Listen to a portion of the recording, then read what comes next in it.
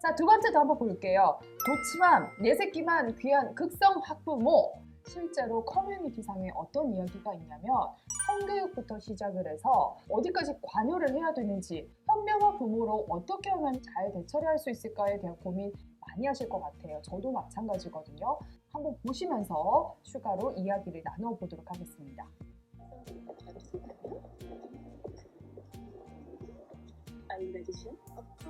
야, 영어 진짜 너무 잘하네요. 네.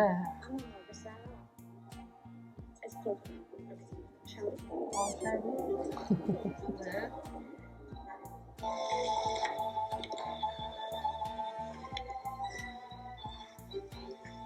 이제 학회를 하고 있네요.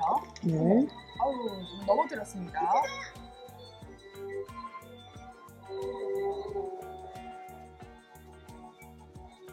자, 엄마들끼리 막 눈치를 보고 있는 상황이에요.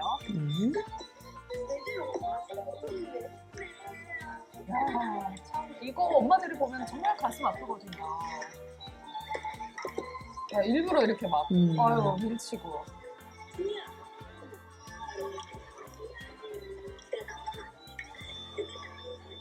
야, 옆에서 아이들이 막 웃고 난리가 났습니다.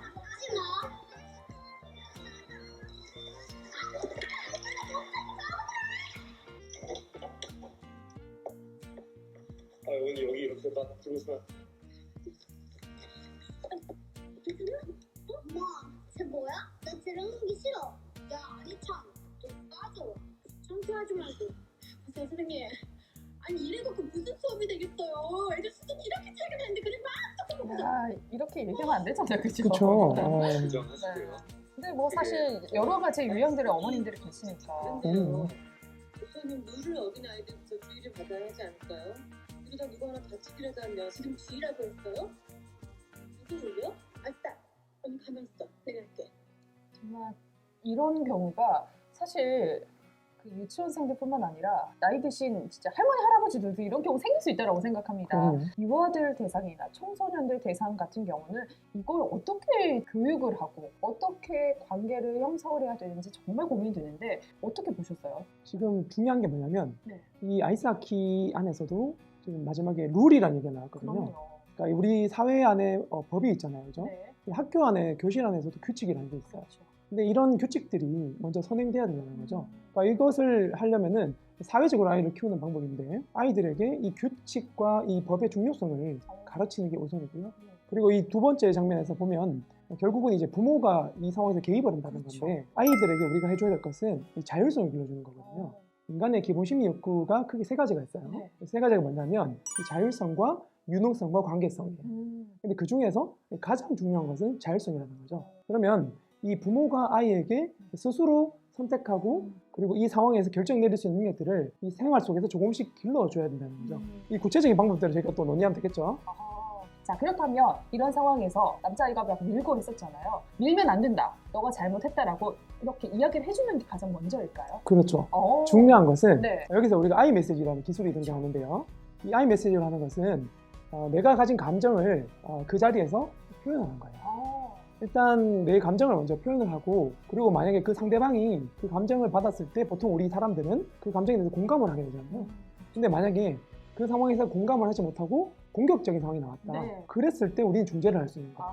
옆에 있는 교사나 또는 부모가 중재를 할 수 있는 거죠. 하지만 중요한 것은 먼저 나의 감정을 표현하고 그리고 그 친구의 잘못된 행동에 대해서도 어느 정도 지적을 하는 것이 좋은 것이죠. 자, 그러면 아이들이 막 쓱고 싸우고 한다라고 하면은 어머님들께서 자, 무슨 일이야? 라고 먼저 물어봐주고 그 뒤에 누가 이렇게 해서 장난감을 뺏어갔어? 이런 상황이 왔다라고 하면 상황 설명을 먼저 해주고 그 상황에서 우리 아이가 첫 번째 미안하다 사과를 하고 그 뒤에 이제 또 그 친구가 받아들여주고 안 받아들이는 상황에서는 어머님들, 아버님께서 조금 지켜보는 그런 인내심도 좀 필요하다라는 말씀이지 않을까. 근데 이제 그 상황에서 일단 우리가 장난감을 뺏어가는 상황이라고 해봅시다. 그럼 우리 아이가 좀 속상하죠. 그렇죠. 그러면 부모로서 제일 먼저 해줘야 될 역할은 우리 아이의 마음을 읽어주는 거예요. 장난감을 뺏어가서 지금 많이 속상하구나. 부모로서 해줘야 그겁니다. 우리 아이 마음을 먼저 헤아려주고 그 지금 속상한 상황에서 일단 그 장난감을 뺏어간 거는 나쁜 행동이잖아요. 그러면 그 나쁜 행동에 대해서 이제 그 친구에게 나쁘다는 의미를 그 이후에 전달해 주는 거죠. 그래서 순서가 항상 바뀌어요, 우리는. 오, 네. 장면을 먼저 해석하고 그 장면이 잘못된 점을 먼저 지적을 해요. 근데 먼저 중요한 거는 아이의 감정입니다. 우리 아이가 지금 속상하고 힘들고 괴롭고 하는 감정을 먼저 부모로서 헤아려주면 아이의 이해력이 늘어날 수밖에 없어요. 이 역할에서 공현주 씨가 엄마장 막 이렇게 하잖아요. 그렇죠? 야, 이런 상황에서 엄마 입장에서 허파가 뒤집어지지만 그래도 우리 아이가 이제 교육적인 부분까지 생각을 한다면 조금 인내심을 갖고 좀 참을성을 조금 가지시는 것도 저는 진짜 추천해 드리는데 항상 어머님들께서 아버님들께서 마음의 안정부터 찾으셔야 된다라는 거 기억을 해두도록 하겠습니다. 부모의 개입을 최소화하는 것이 최고의 교육입니다. 근데 우리가 눈앞에 있는 일들을 해결하기 위해서 지금 내 감정이 올라오잖아요. 근데 우리 아이 때문에 내가 지금 그 문제를 해결하고 나서게 되면 결국은 그 문제는 더 커지게 되는 겁니다. 문제 해결이 아니라 문제를 더 곤란하게 하는 거죠. 그래서 우리 아이가 스스로 그 장면을 해결할 수 있는 기회를 계속 부여해야 되는 겁니다. 근데 그 부여를 할 때 구체적인 방법들은 생활 속에서 우리가 가르쳐 줘야 되는 거죠. 자, 그렇다면 제가 방금 우리 박사님께서 이야기를 하시는 동안에 갑자기 질문이 하나 떠올랐습니다. 자, 이거는 우리 남 상황이에요. 자매, 형제, 남매 이런 상황이 왔습니다.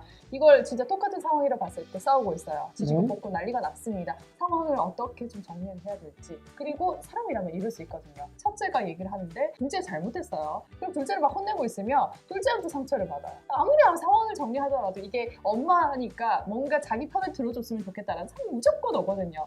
이럴 때는 어떻게 해야 되나요? 네, 아주 좋은 질문을 네. 주셨는데요. 일단 제가 감정이라고 말씀드렸잖아요. 지금 이 상황에서 두 아이가 화가 났어요. 네. 그러면 엄마로서 제일 먼저 해줘야 될 일은 잠시 아이를 떼어놓는 겁니다.